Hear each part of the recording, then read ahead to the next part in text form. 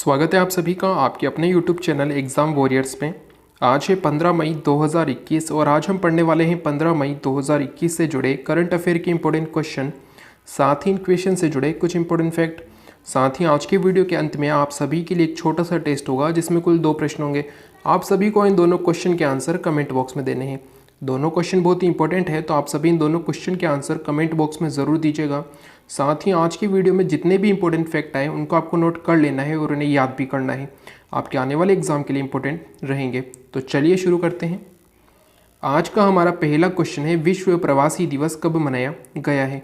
तो आपको याद रखना है विश्व प्रवासी दिवस 14 मई को मनाया जाता है। आपको याद रखना है वर्ल्ड माइग्रेंट डे 14 मई को मनाया जाता है। अब इससे जुड़े कई ऐसे इंपॉर्टेंट क्वेश्चन है जो एग्जाम में पूछे गए हैं, वो भी आपको याद रखने हैं। सबसे पहले अगर हम बात करें प्रवासी भारतीय दिवस कब मनाया जाता है, ये क्वेश्चन कई बार एग्जाम में पूछा गया है, तो आपको याद रखना है कि 9 जनवरी को प्रवासी भारतीय दिवस मनाया जाता है। ये 9 जनवरी को क्यों मनाया जाता है? क्योंकि 9 जनवरी सन 1915 को 1915 में 9 जनवरी को महात्मा गांधी जी दक्षिण अफ्रीका से भारत लौटे थे। इसी कारण 9 जनवरी को प्रवासी भारतीय दिवस मनाया जाता है। साथ ही आपको याद रखना विश्व प्रवासी पक्षी दिवस कब मनाया जाता है? तो आपको याद रखना मई और अक्टूबर महीने के दूसरे शनिवार को, मई और अक्टूबर महीने में जो दूसरा शनिवार आता है तब विश्व प्रवासी पक्षी दिवस मनाया जाता है, और इसीलिए 8 मई को विश्व प्रवासी पक्षी दिवस मनाया गया है। आपको ये भी इंपॉर्टेंट फैक्ट याद रखने हैं। चलते हैं क्वेश्चन नंबर 2 पर। आज का हमारा क्वेश्चन नंबर 2 है, फोर्ब्स पत्रिका की रिपोर्ट के मुताबिक फोर्ब्स 2020 में सबसे ज़्यादा कमाई करने वाले खिलाड़ियों में कौन प्रथम स्थान पर रहे हैं? तो आपको याद रखना है फोर्ब्स पत्रिका की जो रिपोर्ट जारी की गई है इसमें मुक्केबाज कॉनोर मैकग्रेगर शीर्ष पर रहे हैं। इंपॉर्टेंट क्वेश्चन और आपको याद रखना है। और इसी लिस्ट में लियोनेल मेसी दूसरे स्थान पर और क्रिस्टियानो रोनाल्डो तीसरे स्थान पर है। इंपॉर्टेंट और आपको याद रखना है कि कॉनोर मैकग्रेगर फोर्ब्स पत्रिका की रिपोर्ट के मुताबिक फोर्ब्स 2020 में सबसे ज़्यादा कमाई करने वाले खिलाड़ी बने हैं। चलते हैं अगले क्वेश्चन पर। आज का हमारा क्वेश्चन नंबर 3 है, हाल ही में किनके द्वारा advance chemistry cell battery storage के नेशनल प्रोग्राम को मंजूरी दी गई है? तो आपको याद रखना है केंद्र में मंत्री हैं प्रकाश जावड़ेकर। प्रकाश जावड़ेकर जो हैं ये पर्यावरण एवं जलवायु परिवर्तन मंत्री है वर्तमान में केंद्र में, और इन्हीं के द्वारा advance chemistry cell battery storage के नेशनल प्रोग्राम को मंजूरी दी गई है। ये क्वेश्चन एग्जाम में पूछा जा सकता है और आपको याद रखना है। साथ ही आपको कुछ इंपॉर्टेंट फैक्ट याद रखने हैं जो हमने पिछले दिनों ही पढ़े हैं, जैसे कि इंडोनेशिया में सिनबांग पर्वत पर स्थित ज्वालामुखी में विस्फोट हुआ है। ये क्वेश्चन एग्जाम में पूछा जा सकता है कि किस देश में स्थित सिनबांग पर्वत पर स्थित ज्वालामुखी में विस्फोट हुआ है? तो ये इंडोनेशिया में स्थित है। इसके अलावा जोस जे कट्टूर आरबीआई के नए कार्यकारी अधिकारी बने हैं। भारत और इंडोनेशिया के मध्य पेसेज युद्धाभ्यास का आयोजन हुआ है। इसके अलावा भारतीय मूल की विशेषज्ञ शकुंतला हरक सिंह थिलसर ने विश्व खाद्य पुरस्कार 2021 जीता है। बहुत ही इंपॉर्टेंट क्वेश्चन और आपको याद रखना है। और हेमंत बिस्वा कुमार असम राज्य के नए मुख्यमंत्री बने हैं। ये भी इंपॉर्टेंट है और आपको याद रखना है। जो असम राज्य के राज्यपाल है जगदीश मुखी, इन्हीं के द्वारा हेमंत बिस्वा कुमार को मुख्यमंत्री पद की शपथ दिलाई गई है। ये भी इंपॉर्टेंट फैक्ट आपको याद रखना है। चलते हैं अगले क्वेश्चन पर। आज का हमारा क्वेश्चन नंबर 4 है, किस देश ने एक सरकारी ऐप को एंड्रॉयड ऑटो प्लेटफॉर्म पर न चलने देने के कारण गूगल पर 904 करोड़ रुपए का जुर्माना लगाया है? तो हाल ही में इटली देश ने इटली के एक सरकारी ऐप को एंड्रॉयड ऑटो प्लेटफॉर्म पर न चलाने के कारण गूगल पर 904 करोड़ रुपए का जुर्माना लगाया है। इंपॉर्टेंट और आपको याद रखना है। साथ ही आप याद रखिएगा इटली की राजधानी है रोम। रोम इटली की राजधानी है और पीसा की मीनार इटली में स्थित है। ये 2 इंपॉर्टेंट फैक्ट आपको इटली से जुड़े याद रखने हैं। चलते हैं अगले क्वेश्चन पर। आज का हमारा क्वेश्चन नंबर 5 है, केपी शर्मा ओली किस देश के एक बार फिर प्रधानमंत्री नियुक्त हुए हैं? तो हाल ही में जो विपक्ष है, नेपाल का जो विपक्ष है, उसके बहुमत न साबित कर पाने के कारण केपी शर्मा ओली एक बार फिर से प्रधानमंत्री नियुक्त किए गए हैं। इंपॉर्टेंट और आपको याद रखना है कि नेपाल के एक बार फिर से प्रधानमंत्री नियुक्त हुए हैं।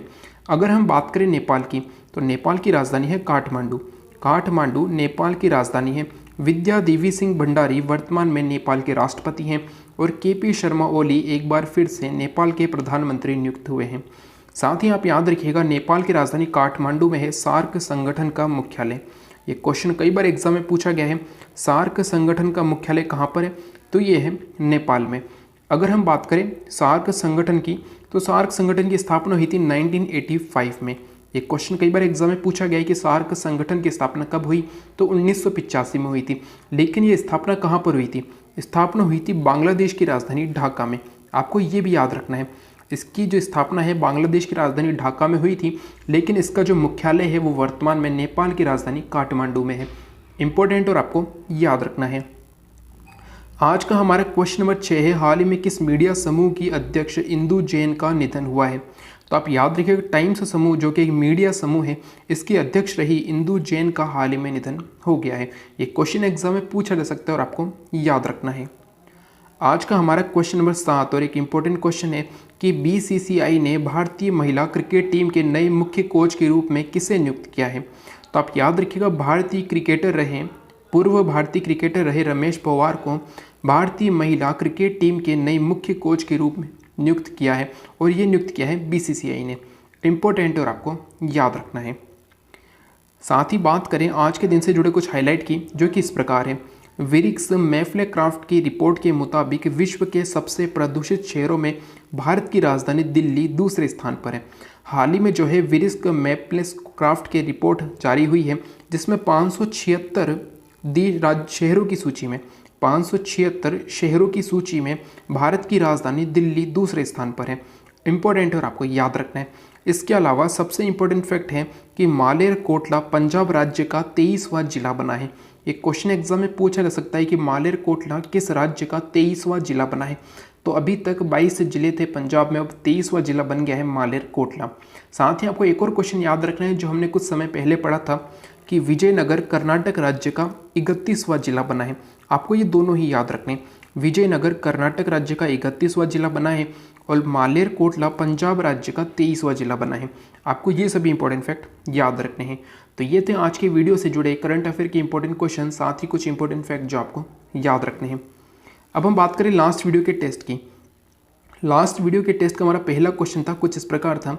आपको बताना था कि लॉर्ड कर्जन जो कि भारत का वायसराय रहा था, इसके समय की कौन सी घटना नहीं है। तो आपको याद रखना है द्वितीय दिल्ली दरबार का आयोजन ये हुआ था 1903। 1903 में हुआ था द्वितीय दिल्ली दरबार का आयोजन। रेलवे आयोग का गठन हुआ था 1902 में। बंगाल विभाजन हुआ था 1905 में, और मुस्लिम लीग की स्थापना हुई थी 1906 में। अगर हम बात करें लॉर्ड कर्जन की, तो लॉर्ड कर्जन का समय काल था 1899 से लेकर 1905। तो आपको यहाँ पर ध्यान देना था कि मुस्लिम लीग की स्थापना जो हुई थी 1906 में बांग्लादेश की राजधानी ढाका में, तो ये जो मुस्लिम लीग की स्थापना थी ये लॉर्ड कर्जन के समय नहीं हुई थी, बल्कि हुई थी लॉर्ड मिंटो सेकंड के समय। और बाकी सारी ऑप्शन जो थे ये लॉर्ड कर्जन से संबंधित थे। द्वितीय दिल्ली दरबार का आयोजन 1903 में लॉर्ड कर्जन के समय हुआ। रेलवे आयोग का गठन जो कि शिक्षा सुधार से संबंधित था। ये क्वेश्चन हाल ही में एसएससी सीएचएसएल में पूछा गया था कि रेलवे आयोग किससे संबंधित था। तो शिक्षा में सुधार के लिए रेलवे आयोग का गठन किया गया था 1902 में लॉर्ड कर्जन के समय। बंगाल विभाजन, जैसा कि आप जानते हैं कि बंगाल विभाजन लॉर्ड कर्जन के द्वारा ही किया गया था। तो यहाँ पर जो गलत ऑप्शन था वो था डी ऑप्शन, मुस्लिम लीग की स्थापना 1906 में बांग्लादेश की राजधानी ढाका में हुई थी, और ये लॉर्ड मिंटो सेकंड के समय हुई थी। क्वेश्चन नंबर 2 था, किस राज्य सरकार ने मनोज दास अंतर्राष्ट्रीय साहित्य पुरस्कार देने की घोषणा की है। तो आपको याद रखना है कि हाल ही में ओडिशा राज्य ने मनोज दास अंतर्राष्ट्रीय साहित्य पुरस्कार देने की घोषणा की है। जैसा कि आप जानते हैं कि हाल ही में मनोज दास का निधन हुआ है, जो कि ओडिशा और हिंदी भाषा के एक प्रसिद्ध साहित्यकार थे, और इन्हीं के नाम पर मनोज दास अंतर्राष्ट्रीय साहित्य पुरस्कार देने की घोषणा ओडिशा राज्य सरकार द्वारा की गई है। इंपॉर्टेंट क्वेश्चन है और आपको याद रखना है।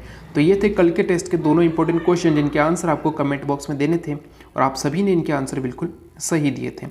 अब हम चलते हैं आज के हमारे टेस्ट पर। आज के हमारे टेस्ट का पहला क्वेश्चन है और बहुत ही इंपॉर्टेंट क्वेश्चन है। इसमें आपको बताने कि निम्न में से कौन सा ऑप्शन गलत है। ब्रिटिश ईस्ट इंडिया कंपनी की स्थापना क्या 1605 में हुई थी। डच ईस्ट इंडिया कंपनी की स्थापना क्या 1602 में हुई। डेनिश ईस्ट इंडिया कंपनी की स्थापना क्या 1616 में हुई थी, या फ्रांसीसी ईस्ट इंडिया कंपनी की स्थापना क्या 1664 में हुई थी। आपको बताना है निम्न में से कौन सा ऑप्शन गलत है। आज का हमारा क्वेश्चन नंबर 2 है, किस राज्य की पहली राजस्व मंत्री रही KR गौरियम्मा का निधन हुआ है। ये क्वेश्चन हमने लास्ट वीडियो में पढ़ा था, तो इसका आंसर आपको बताना है कि किस राज्य की पहली राजस्व मंत्री रही KR गौरियम्मा का हाल ही में निधन हो गया है। तो ये हैं आज के टेस्ट के दोनों इंपॉर्टेंट क्वेश्चन जिनके आंसर आपको कमेंट बॉक्स में देने हैं। तो अगर आज का वीडियो अच्छा लगे तो लाइक एंड शेयर ज़रूर करें। साथ ही वैसे भी जो चैनल पर नए उन्हें वीडियो अच्छा लगे, उपयोगी लगे तो चैनल सब्सक्राइब करना न भूलें। साथ ही बेल आइकन ज़रूर दबाएं जिससे कि आने वाले वीडियो की तुरंत जानकारी आपको मिल सके। Thank you. जय हिंद, जय भारत।